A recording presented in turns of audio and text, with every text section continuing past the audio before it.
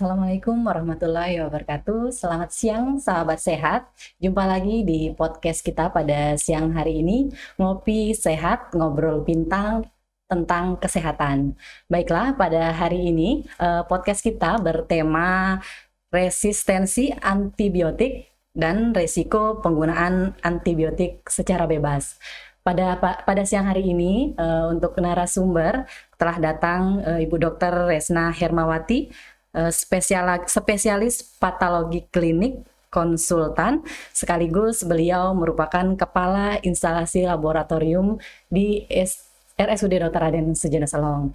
Dan kemudian sebagai moderator pada siang hari ini yaitu Dr. Saidatul Hayati, spesialis mikrobiologi klinik.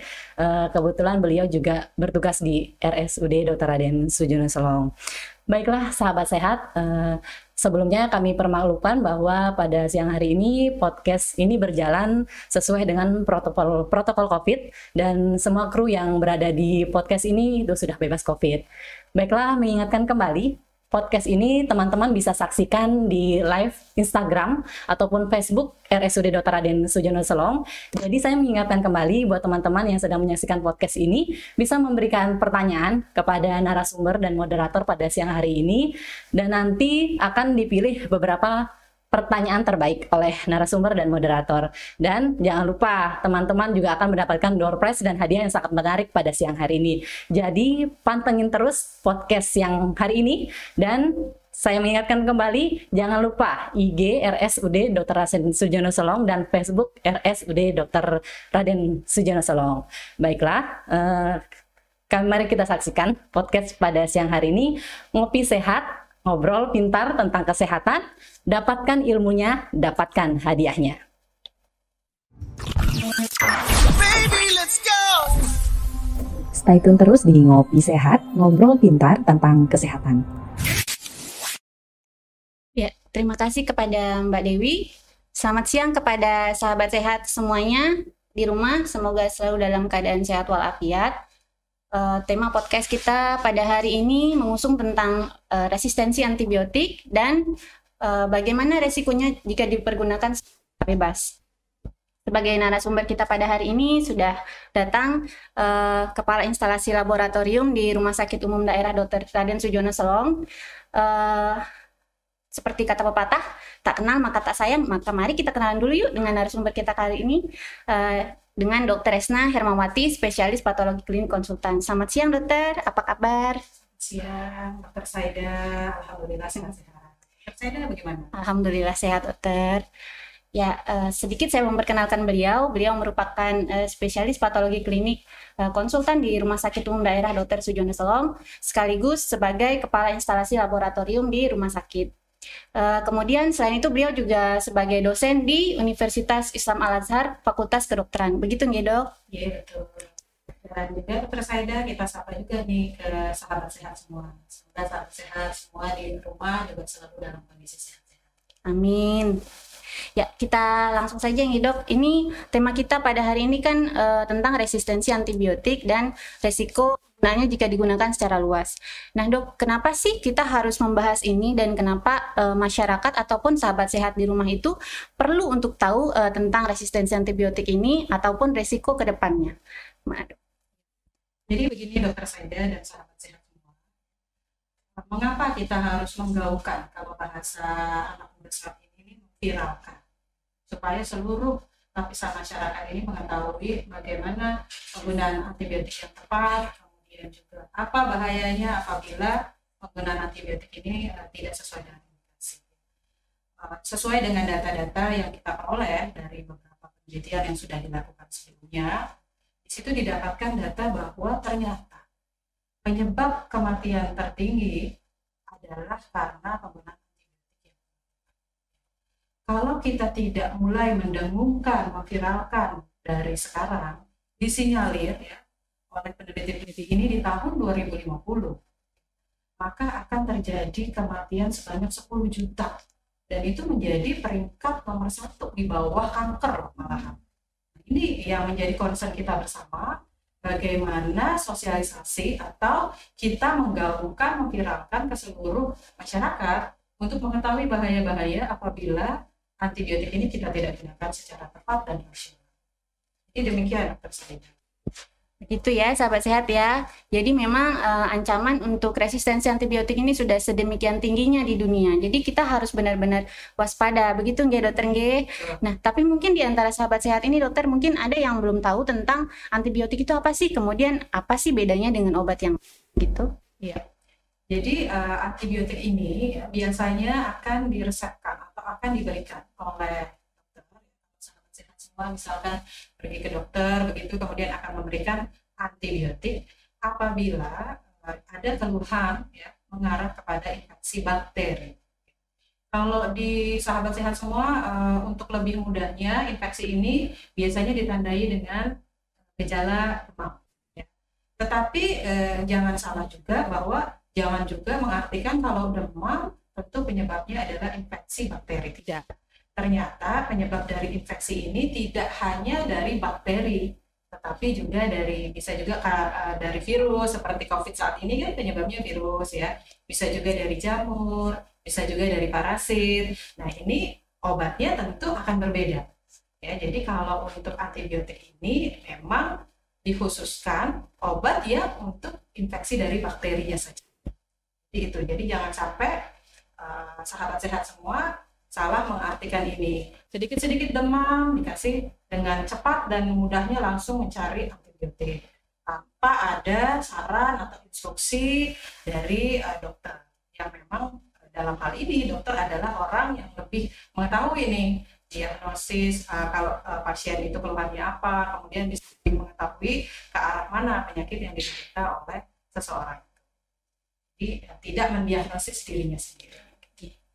Ya, seperti penjelasan Dr. Resna, ya sahabat sehat semuanya, bahwa antibiotik itu harus digarisbawahi bahwa itu hanya untuk infeksi bakterial, begitu nggak dok? Jadi kalau infeksinya karena jamur atau virus atau bahkan mungkin bukan infeksi nggak dok, itu berarti tidak perlu diberikan antibiotik ataupun tidak perlu mencari antibiotik. Nah dok, kalau misalnya nih dok ada kan seperti tadi bahwa antibiotik hanya untuk infeksi bakteri gitu. Nanti kalau misalnya digunakan untuk infeksi yang lain ataupun penyakit yang lain yang bukan infeksi bakteri, itu efeknya bagaimana dok? Ya, jadi kalau seandainya pemberian antibiotik ini bukan terhadap keluhan yang mengarah ke infeksi bakteri, ini ada beberapa hal yang akan nantinya merugikan kita sendiri. Ya, salah satunya adalah penyakit ini tidak akan sembuh dengan cepat. Ya, jadi akan memperpanjang masa pengobatan itu sendiri gitu ya. Bahkan mungkin bisa saja tidak sembuh karena memang obatnya yang kurang tepat aja. Jadi ibaratnya infeksinya karena lain tapi diobati lain, jadi nggak cocok ya, kalau bahasa sekarang tuh nggak cocok obatnya. Kemudian yang kedua juga obat-obatan ini kan akan berproses di dalam tubuh. Kalau seandainya kita memasukkan sesuatu yang bukan indikasinya, yang bukan untuk keperluannya, tentu kan tidak ada kemanfaatan. Yang dikhawatirkan akan memberikan beban tambahan kepada tubuh begitu ya, karena tidak ada. Yang terakhir yang paling kita khawatirkan sahabat sehat semua yaitu resistensinya. Ini yang perlu sahabat sehat semua garis bawahi, bahwa resistensi antibiotik ini nantinya dikhawatirkan akan meningkat ya, dan pada akhirnya terapi antibiotik ini menjadi tidak tepat sasaran. Jadi begitu. Berarti efeknya ada ke arah resistensi nanti nih dong guys, selain efek-efek yang lain yang seperti dokter sebutkan. Ya. Tapi mungkin masyarakat atau sahabat sehat di rumah mungkin ada yang ini mungkin ya bingung gitu. Ini resistensi apa? Apalagi nih resistensi gitu. Mungkin dokter Resna bisa menjelaskan resistensi antibiotik apa dok? Iya, tadi antibiotik, sekarang resistensi ya. Istilah apa lagi tuh gitu kan. Nah ini ya untuk resistensi antibiotik yang perlu sahabat sehat semua tahu gitu ya. Suatu kondisi di mana antibiotik kan harusnya tadi obat untuk anti infeksi bakteri. Ya. Tetapi kemudian karena penggunaan yang kurang tepat, akhirnya obat ini menjadi tidak berdaya guna gitu. Jadi tidak mempan lagi lah, tidak manjur kalau bahasa sastra ya, tidak manjur lagi. Suatu kondisi di mana antibiotik ini kemudian tidak memberikan manfaat atau tidak mempan lagi untuk bisa mengatasi atau untuk bisa membunuh barangkali itu penyebabnya, maka itu bisa kita katakan secara mudahnya sebagai kondisi sudah terjadi resistensi antibiotik. Berarti penangkapan saya mungkin untuk sahabat sehat juga dokter, berarti resistensi itu di mana sudah nggak mempan lagi gitu, kayak dikasih obat yang biasanya itu sudah nggak mempan lagi. Dan ini yang kita nggak boleh lengah ini, ya nggak boleh lengah, karena nanti khawatirnya kita akan kesulitan untuk mencari obat yang betul-betul bisa mengatasi penyebab infeksi itu sendiri, infeksi bakterial ya. Iya dokter. Untuk penyebabnya sendiri mungkin dokter, penyebab dari resistensi ini sendiri bagaimana sih kok bisa terjadi resistensi gitu? Mungkin masyarakat ataupun sahabat sehat di rumah mungkin penasaran gitu dokter tentang kenapa sih gitu. Jadi sebenarnya resistensi antibiotik ini kalau secara mudahnya kita bagi ada dua. Jadi resistensi yang memang dibawa oleh kuman itu sendiri ya, dan juga karena sahabat sehat ya, karena ulah sendiri dengan penggunaan antibiotik yang bagaimana mekanismenya ya, mekanismenya secara mudahnya nanti kita bisa lihat di dalam slide berikut gambar ya. Kita ketahui bahwa di dalam tubuh kita ini, ya, di dalam tubuh sahabat sehat semua, Dr. Saida, kita punya bakteri yang baik dan tidak baik. Ya, nggak cuma kolesterol loh, ada kolesterol baik, ada kolesterol jahat. Kuman juga begitu, ternyata kuman atau bakteri ini juga ada yang baik, yang kita sebut dengan flora normal. Ya, kalau bahasa mediknya flora normal. Flora normal ini, bakteri baik ini di dalam tubuh kita itu memberikan perlindungan. Dia bisa ada di saluran-saluran pernapasan, dia bisa ada di saluran pencernaan dan lain sebagainya, yang fungsinya untuk membantu juga di dalam tubuh manusia. Kalau kita minum obat antibiotik ini tidak sesuai, tidak tepat, tidak sesuai indikasi, tidak tepat sasaran, yang dikhawatirkan nanti kita minum yang mati bukan bakteri yang jahat, tapi bakteri-bakteri bahaya ini akan mati. Akibatnya apa? Akibatnya bakteri-bakteri jahat ini udah nggak ada lawan kan di dalam, gitu kan, sahabat sehat. Nah, bisa di pertempuran. Kalau pertempuran tinggal yang jahat-jahat doang, ya, kemudian dia nggak ada lawan, dia bisa berkembang banyak bakterinya, ya. Nah, ini kemudian malah justru akan lebih membuat kondisi si pasien ini menjadi lebih jelek ataupun penyakitnya menjadi kurang sulit untuk bisa disembuhkan. Kemudian yang cara kedua adalah karena ulah kita sendiri ya. Misalnya begini, kita minum antibiotik ini sudah ada takarannya sendiri, dosisnya kita harus minum berapa kali sehari, dalam berapa lama begitu ya. Kemudian kita tidak menepati itu gitu, tidak sesuai dengan itu. Jadi bakterinya yang sudah setengah KO nih sahabat sehat ya. Kemudian dia akan beradaptasi.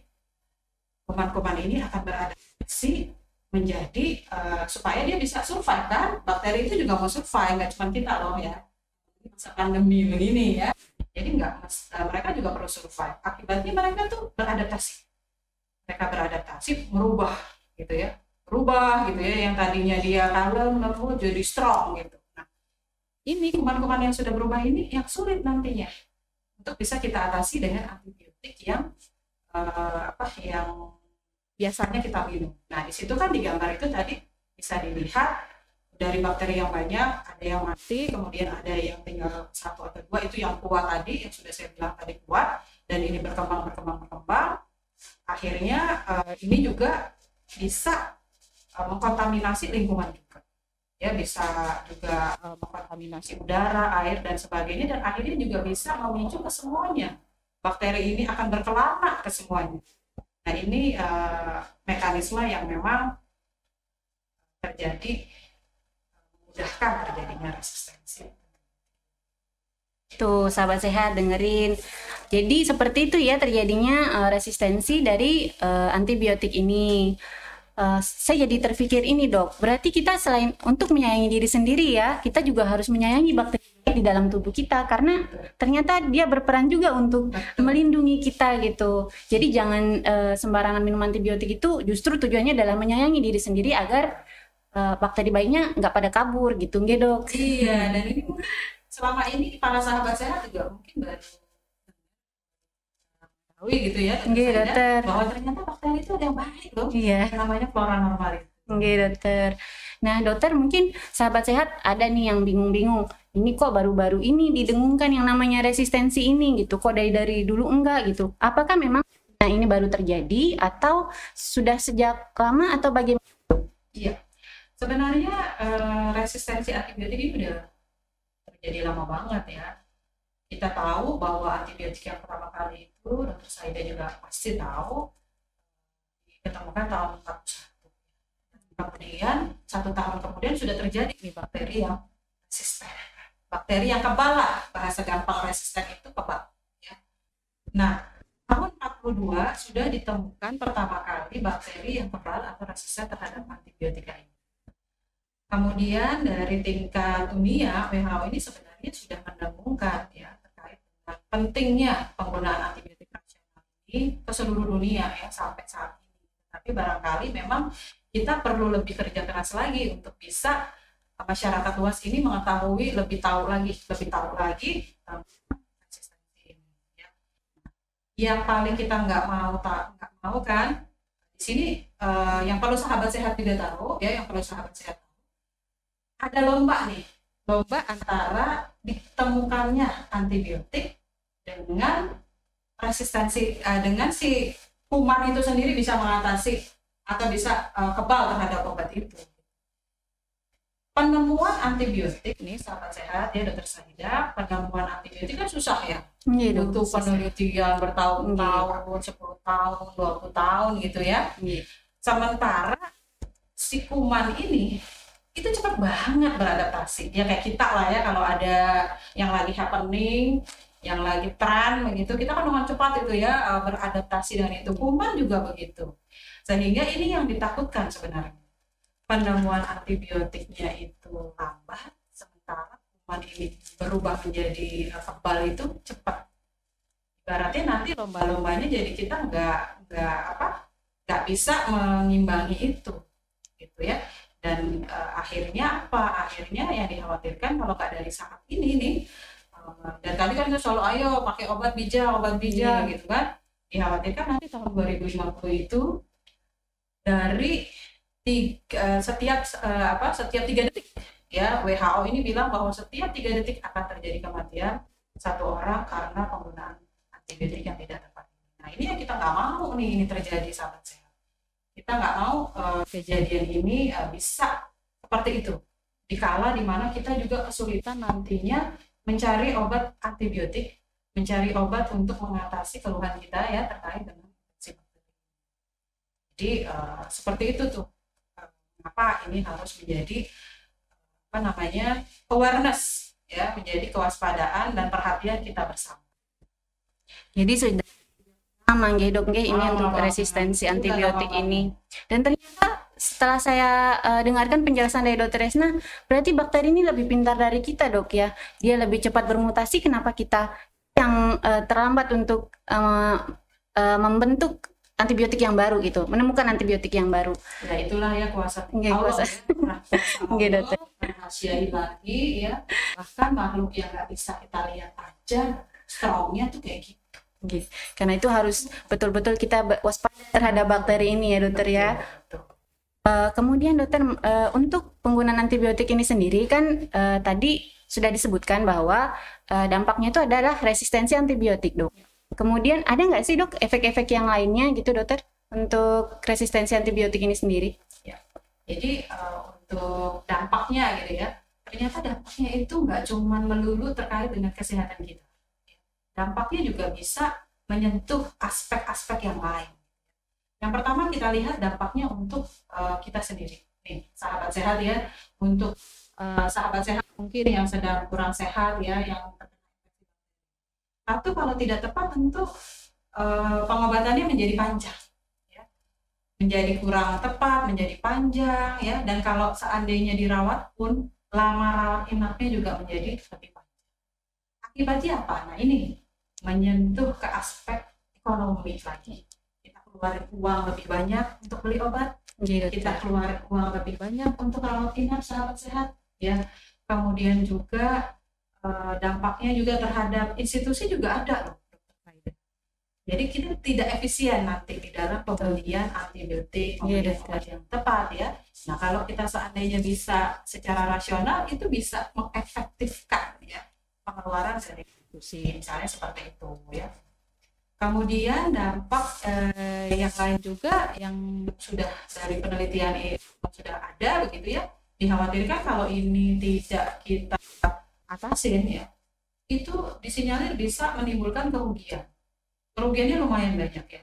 Kanada, di Eropa, Amerika puluhan triliun tuh per tahun. Besar ya dok ya. Besar banget kan kalau seandainya itu bisa kita saving, kita hemat dengan cara penggunaan antibiotik dan pemberian antibiotik yang tepat begitu, kita bisa alihkan ya untuk hal-hal yang lain. Betul. Seperti itu sih. Gitu Ya. Dokter, Dan satu lagi nih dokter, saya lupa. Yang paling fatal apa? Kalau dia tidak diobati dengan tepat. Selain lama rawatnya yang panjang, kematian mungkin dokter. mati ya. Jadi fatalitas Dokter. itu sahabat sehat yang kemudian nanti kita nggak mau ada kematian sia-sia, mohon maaf karena hal ini. Oke dokter. Kemudian dokter, untuk pesannya dokter mungkin ada yang ingin disampaikan. Oh ini dokter, mohon maaf untuk mencegahnya dokter. Kan tadi kita sudah membahas banyak hal ya tentang resistensi antibiotik ini. Ada cara mencegah agar resistensi antibiotik ini tidak semakin berkembang dokter? Jadi ada beberapa cara. Yang pertama adalah secara individual ya, dan juga secara bersama-sama. Saat ini WHO sudah mencanangkan yang disebut istilahnya adalah One Health, ya, satu kesehatan untuk semua. Jadi sebenarnya masalah resistensi ataupun penggunaan antibiotik ini tidak melulu nih sahabat sehat porsinya untuk di kesehatan. Ya. Ada multisektor yang lain, ya, misalnya dari sektor pertanian, dari sektor peternakan, kemudian ya hewan peliharaan, hewan ternak dan lain sebagainya, itu ternyata juga ikut berkontribusi terhadap hal ini. Tadi kalau sahabat sehat semua bisa mendengarkan yang tadi bahwa kalau bakteri ini sudah resisten, ya, dia berkembang biak dengan banyak, dokter Saida ya, dia akan mengkontaminasi dan berkelana kemana-mana, bisa ke lingkungan lewat udara, lewat air. Akibatnya kalau misalkan dengan air aja, kita tidak mengolah makanan dengan baik, dengan air yang baik, ada bakteri resisten di situ, kita kena juga. Kemudian misalnya di peternakan juga begitu. Kita mengolah daging tidak matang misalnya, itu juga bisa menyebabkan bakteri ini kena ke kita. Atau juga nih yang punya hewan peliharaan di rumah kalau sakit, atau hewan ternak kalau sakit, ini juga nggak boleh sembarangan kasih antibiotik. Ya kalau yang pernah saya tahu kan, misalnya ayamnya sakit, tiba-tiba dibeliin obat sembarangan. Ya walaupun dia hewan, walaupun dia binatang, tetap dia harus kita perlakukan peri kebinatangan. Peri kebinatangan. Jadi tetap harus orang yang tepat untuk memberikan cara. Siapa itu kalau di peternakan atau dengan untuk hewan peliharaan kita, ya pergi ke dokter hewan kan, dokter saya ya, sehingga nanti dokter hewan bisa tahu sakit hewannya apa, diberikan obat juga dengan tepat.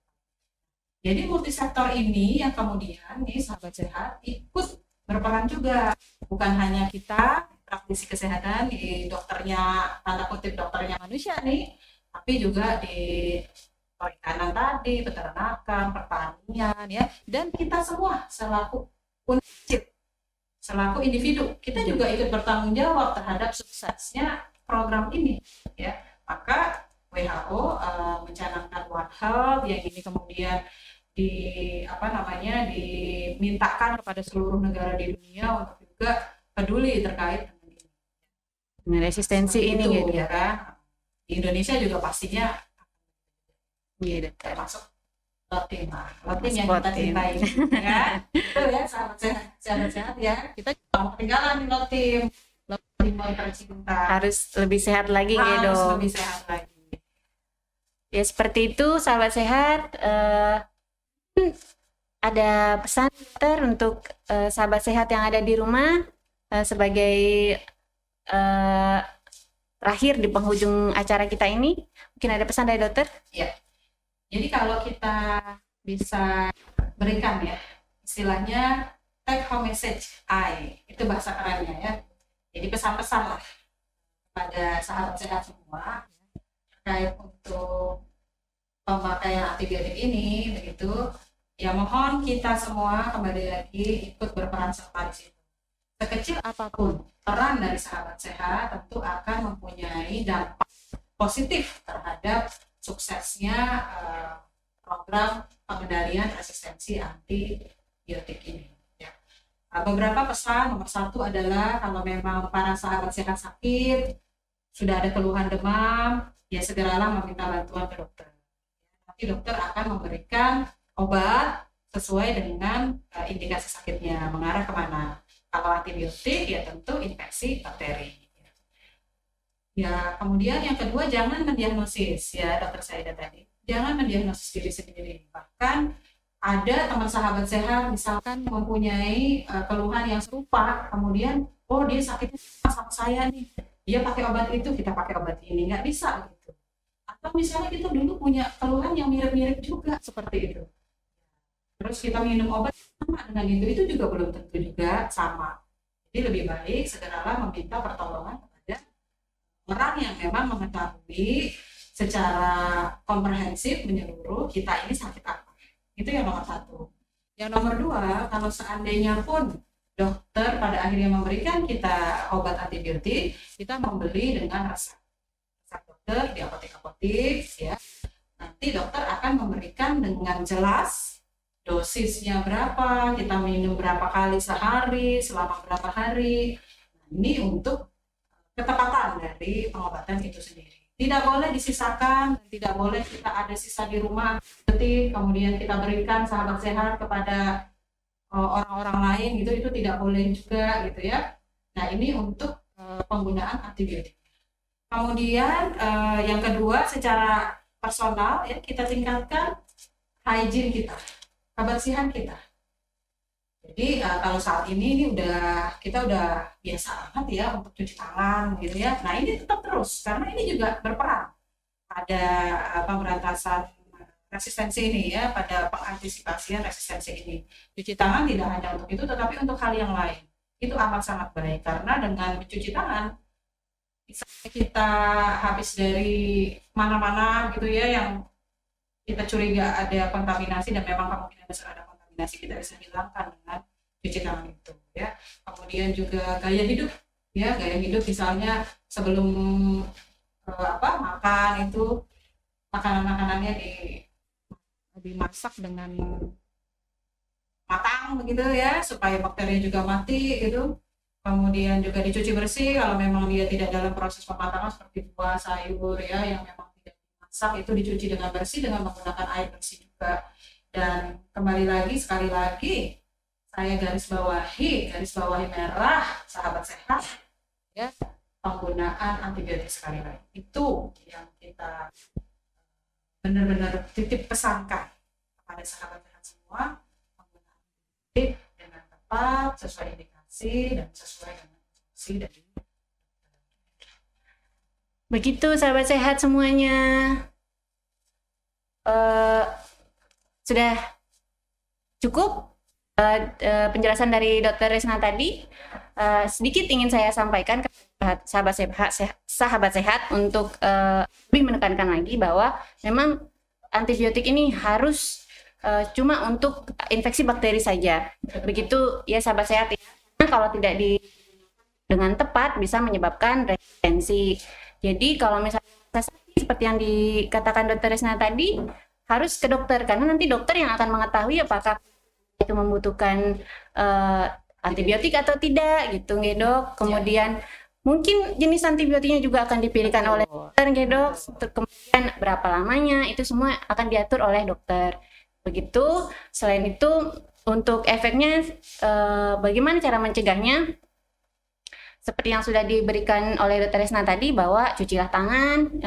Secara umumnya sebenarnya menghindarkan diri dari infeksi, nggih dok. Betul. Mencuci tangan, memasak makanan dengan matang, gitu nggih dok. Menggunakan air bersih. Menggunakan air bersih. Gitu. Mungkin nanti kalau sahabat sehat ada pertanyaan, diketik di kolom komentar, nggih dok. Untuk Instagram sama live Facebook untuk RSUD Dr. Sujono, silahkan diketik, nanti kami bacakan, nanti saya bacakan dan akan saya sampaikan ke Dr. Resna. Iya. Baby, let's go. Stay tune terus di Ngopi Sehat, ngobrol pintar tentang kesehatan.